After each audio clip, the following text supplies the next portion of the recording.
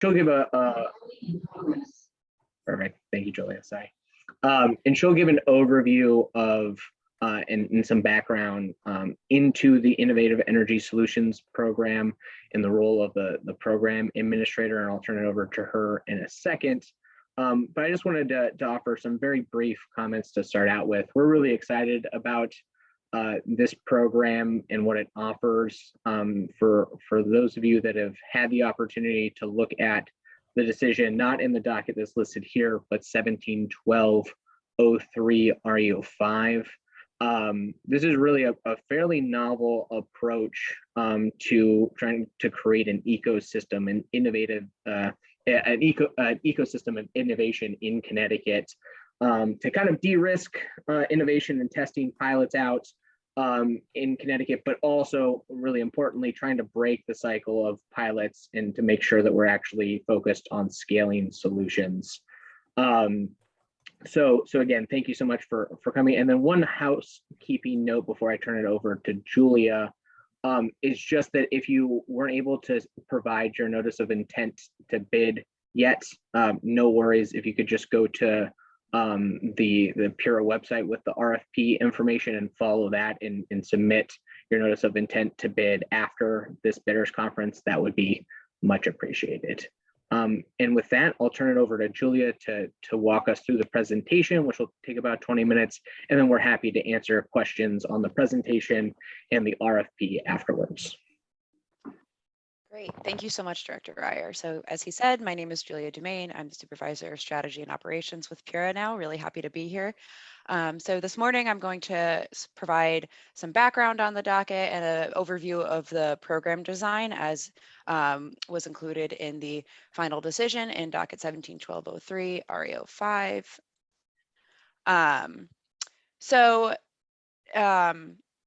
This docket and program are components of the authority's Equitable Modern Grid framework. Back in October of 2019, PURA released its interim decision that outlined 4 key objectives of grid modernization that focused on supporting the growth of Connecticut's green economy, enabling a cost-effective and economy-wide transition to a decarbonized future, increasing resilience and reliability of our electric commodity, and enhancing energy affordability in the state. And then additionally, it included 11 key subtopics of the electric modern grid, and subsequently opened a reopener docket for each of those subtopics. So about a week later, PURA issued its notice of proceeding for 171203 REO5, which focused on innovative technology applications and programs, otherwise known as innovation pilots.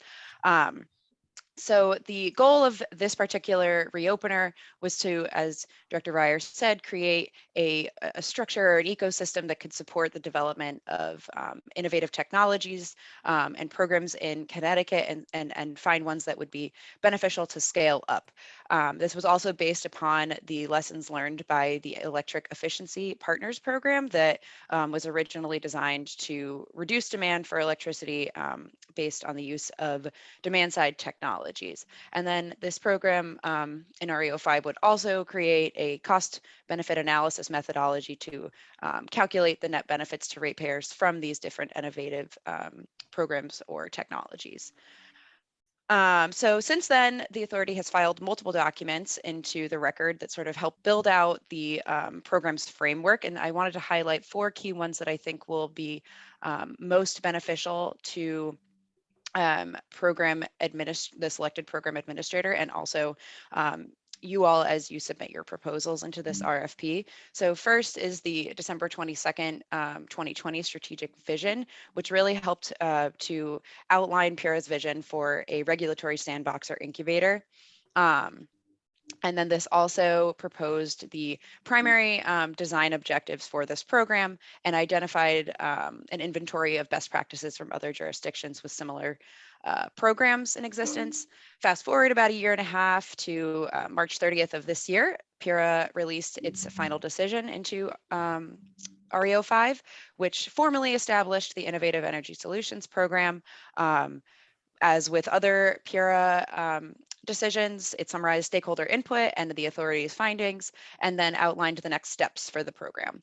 I think what is most important for you all to focus on is the attachment B to this final decision, which really provides greater detail on the overall design, structure, governance, and tools for deployment for the Innovative Energy Solutions program, and then also provides a much more detailed description of the program administrator role. And then last week, we released the program administrator RFP, which again summarizes the role of the PA and outlines the specific roles and requirements and responsibilities for the PA and the proposal requirements that we will ask for in your proposals. All right, so I pulled this quote from the March 30th final decision because I think it does a good job of capturing the intended objective of this program.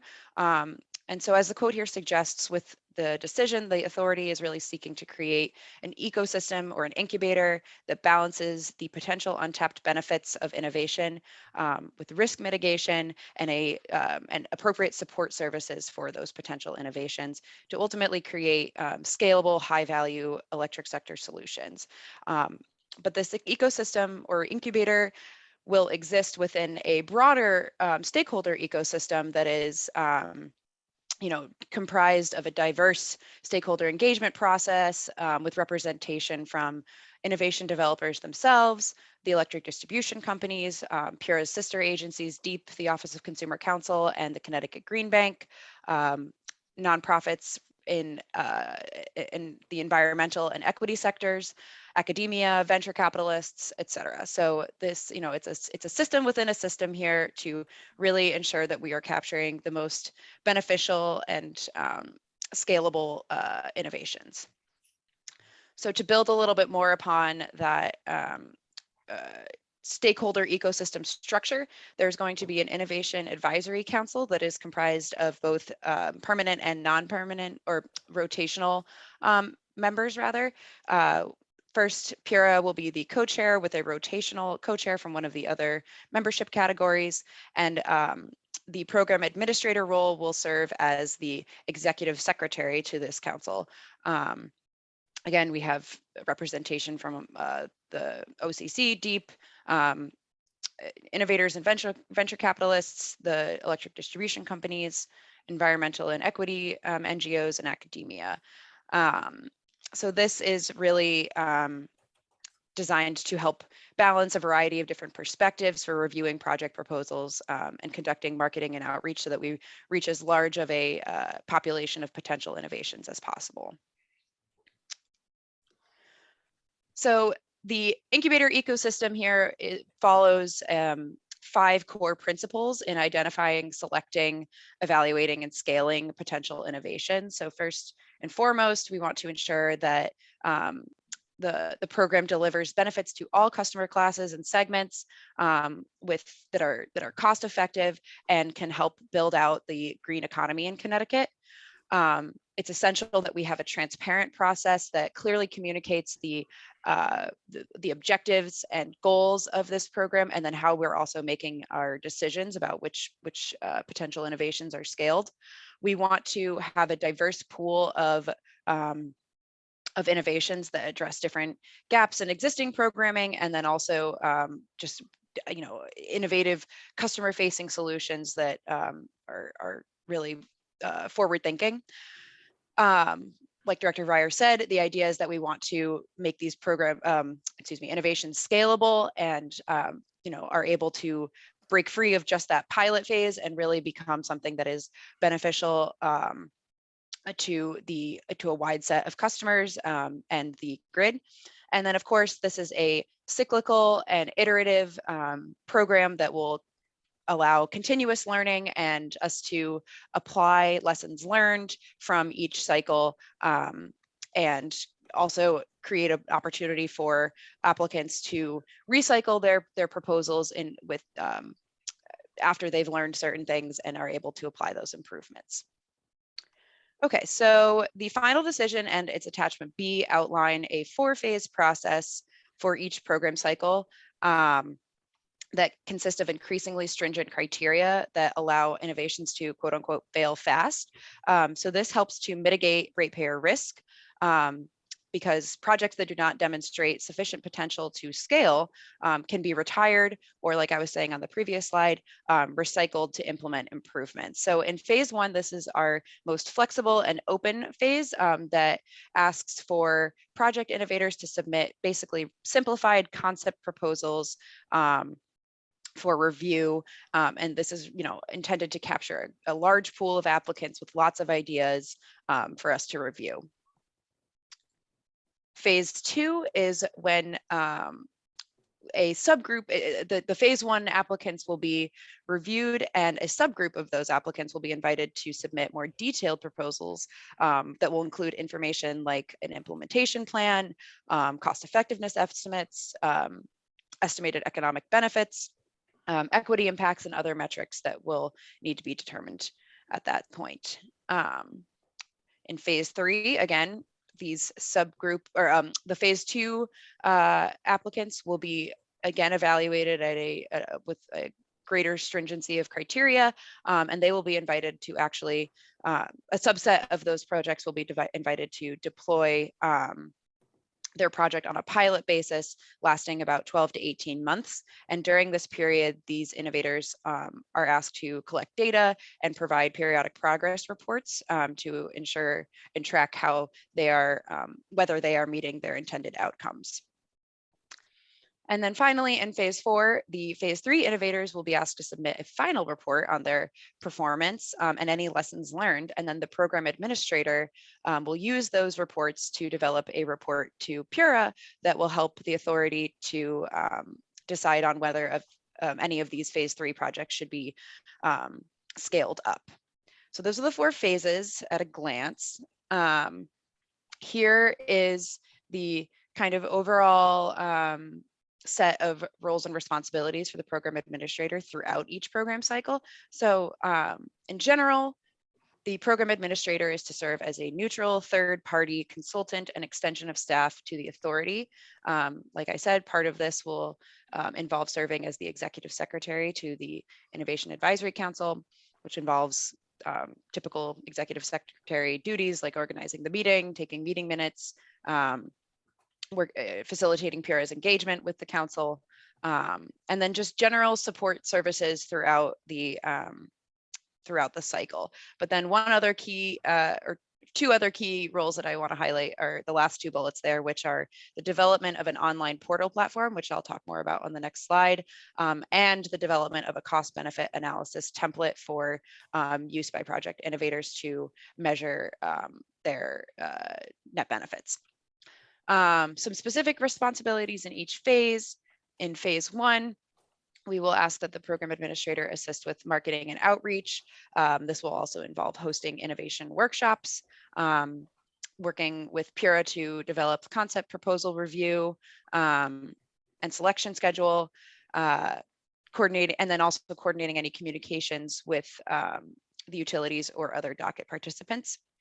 In phase two, again, support services, also supporting PURA with the selection of projects in that from that phase one pool, excuse me.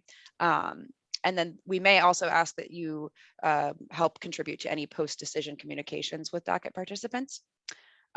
Phase three, which will involve a lot of engagement with the deployed pilot programs and providing appropriate support and oversight and managing any additional support services. And then, like I said on the last slide, phase four is really going to be reviewing the pilot program final reports and preparing that recommendation report to PURA. So let's zoom in on a few of these key deliverables during each phase of the program. I would like to highlight that there are several that need to be completed before the first program cycle initiates. So part of this will involve, again, organizing the IAC meetings, producing marketing and outreach materials and communications like the cycle schedule, and then that online portal. So this is basically what PURA envisions this to be, is a website that will serve as the primary public-facing resource to make the program more accessible to both program applicants and customers, so that we can sort of facilitate communication with participants that might not be as familiar with conventional regulatory structures and processes. So we really want this website to serve as like a one-stop shop for program information. And then, of course, we will need that cost-benefit analysis template, which we will work on together. In phases 1 and 2, we will ask that the program administrator host at least a couple innovation workshops. So during the launch of each program cycle, we would like to have a initial innovation workshop that will sort of serve as the launch point for providing, the setting the tone for that cycle. And that can mean things like, what are the objectives and goals of this particular cycle? Are there any particular technologies or grid specific needs that we want to focus on, customer specific needs? And then just, serving as this initial launch point. And then in phase, later in phase 1 or in phase 2, as needed, we envision hosting more workshops that are more like a forum for program innovators to kind of test their pitches, do Q&A with the authority, the EDCs, and the program administrator, identify opportunities for collaboration between other participants, et cetera. So those will sort of be fleshed out more as we get to that point, but that's kind of how we envisioned it. And then, of course, continuing to organize and host the IAC meetings. In phase 3, again, support services to the deployed projects and performance reviews of their progress. And finally, in phase 4, that report to PURA. All right, so then for program administrator proposal requirements, we ask that you please see table 1 in section 3 of the RFP. This really contains all of the necessary information that we're looking for in a program administrator proposal. We do ask that you prepare your proposals in the sequence given by this table. This will help us streamline and review proposals with greater efficiency and get a decision out more quickly. There is a narrative below that table 1 for each of the sections that helps to kind of provide greater detail.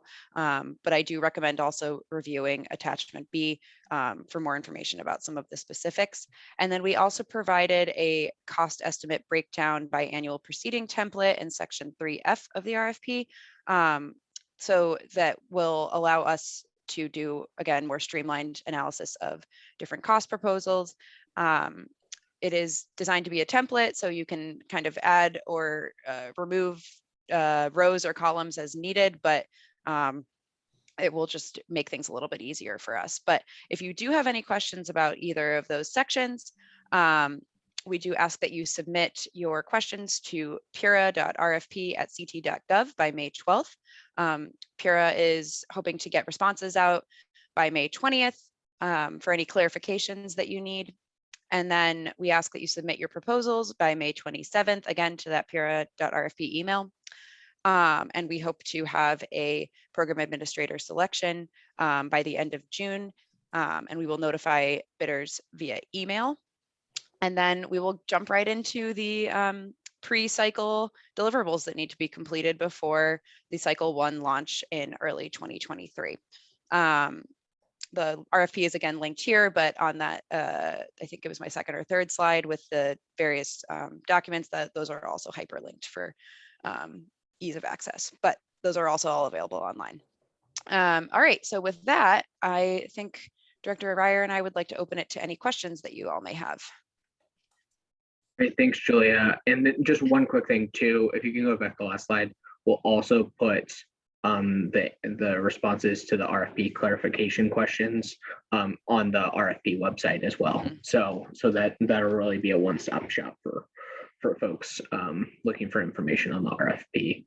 But yeah, so like Julia said, happy to answer any questions on the presentation or the RFP.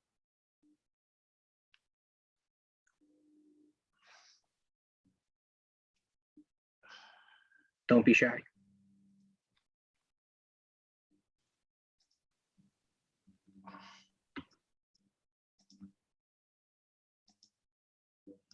Hi, this is John Athis. Just a question on the degree of because this was an excellent presentation. It was very, very helpful. So I just want to commend you for that. Is this going to be available on the website as well? Yeah, what we can do is we're I forgot to hit record right at the beginning, but luckily Julia caught me on that. So we'll put the recording as well as the slides on the RFP website. Great, fantastic, because there's definitely a lot of good stuff said. But that wasn't the main question. My main question is, you stressed independence on the in the role of the program administrator. Are there any restrictions on doing other work for PURA, or even other work in if there was a need for some sort of outside consultant or other stuff in any of the program cycles for PURA in the this is a longer term launch of things, so there's a lot of things that could come up. So I was just wondering if there was any restrictions in your mind for that. Yeah, that's a great question. So in terms of doing other work for PURA, the answer is no. It's something that we'd want to have a conversation about, but really, the way we structure consultants is they're an extension of staff. So just like staff, they can, staff work on numerous things, right? So a consultant could work on numerous things. So not so worried there. We have had consultants in the past that need to work on other things for example, from time to time, OCC, for example, might reach out to one of our consultants, ask them to work on something else. That's just something we, depending on the circumstance, sometimes we think it's too much of a direct overlap, and we'll have a conversation with the consultant and potentially OCC just to kind of get on the same page. And sometimes we might have to say, no, we don't think, we're not comfortable with that. But often, it's our preference to try and find a way to make that work.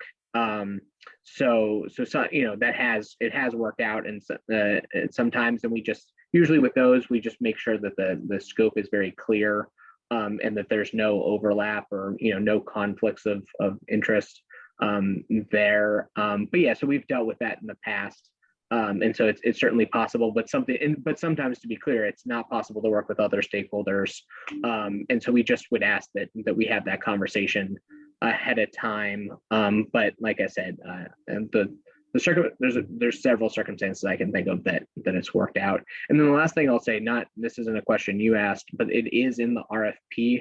We have a footnote. I forget if we left it as a footnote or it's in the body, but we mentioned that we're looking to retain the program administrator for at least the first 2 years.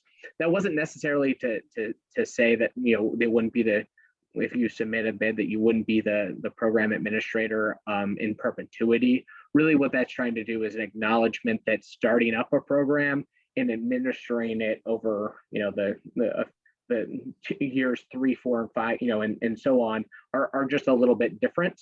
So maybe that requires different program administrators, but certainly I just want to be clear that that's not to say that we wouldn't obviously think about retaining the whoever we select for years 1 and 2 for future years.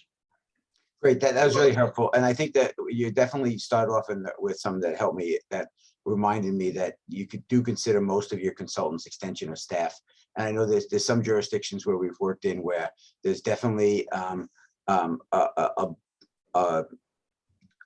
line drawn between who gets engaged as extensions of staff and who can get engaged in other things, even for the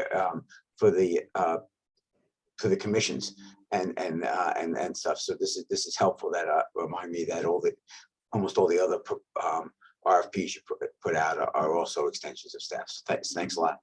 Yeah, absolutely. Yeah, literally all the RFPs I can think of for extension of staff. And when we say independent, really what we mean is independent from kind of other stakeholders that have an interest, vested interest in the proceeding. It's kind of what we mean there. So, great. Are there any other questions from folks? And just another quick clarification. So the pre-launch stuff, and I think you said this, Julia, so I just want to make sure I heard it right, is that the step in the deliverables that were in the pre-launch are all anticipated being done by in calendar year 2022.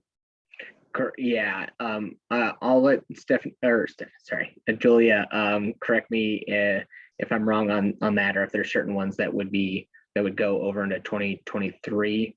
But yeah, all of the pre-cycle ones, yes, correct, Julia? All of the pre-cycle ones are before. Yeah, I think that the ones that we've identified here would probably need to be completed before the launch to make sure that we have everybody that starts applying on the same page. Yeah. And the one that actually doesn't directly apply to phase one is the cost benefit analysis template. It would apply to phase two, but we'd still want it by the end of the year because it'll just help developers, because phase one will be somewhat short and it'll be 4 months. And so then we'll ask for more comprehensive proposals from innovators. So providing them with that cost benefit template in December will help them in the event that they are selected to provide a more detailed proposal into phase two. And then the other thing I was going to mention was we are looking to bring someone on somewhat quickly. Obviously, the bids are due at the end of the month, but we'll internally evaluate them, and then we actually are planning on having the first IAC council meeting in June. So we will actually provide information on our evaluation of the bids to the IAC council at that time, and then hopefully by the end of June we'll be able to reach out to whomever is selected. Thank you.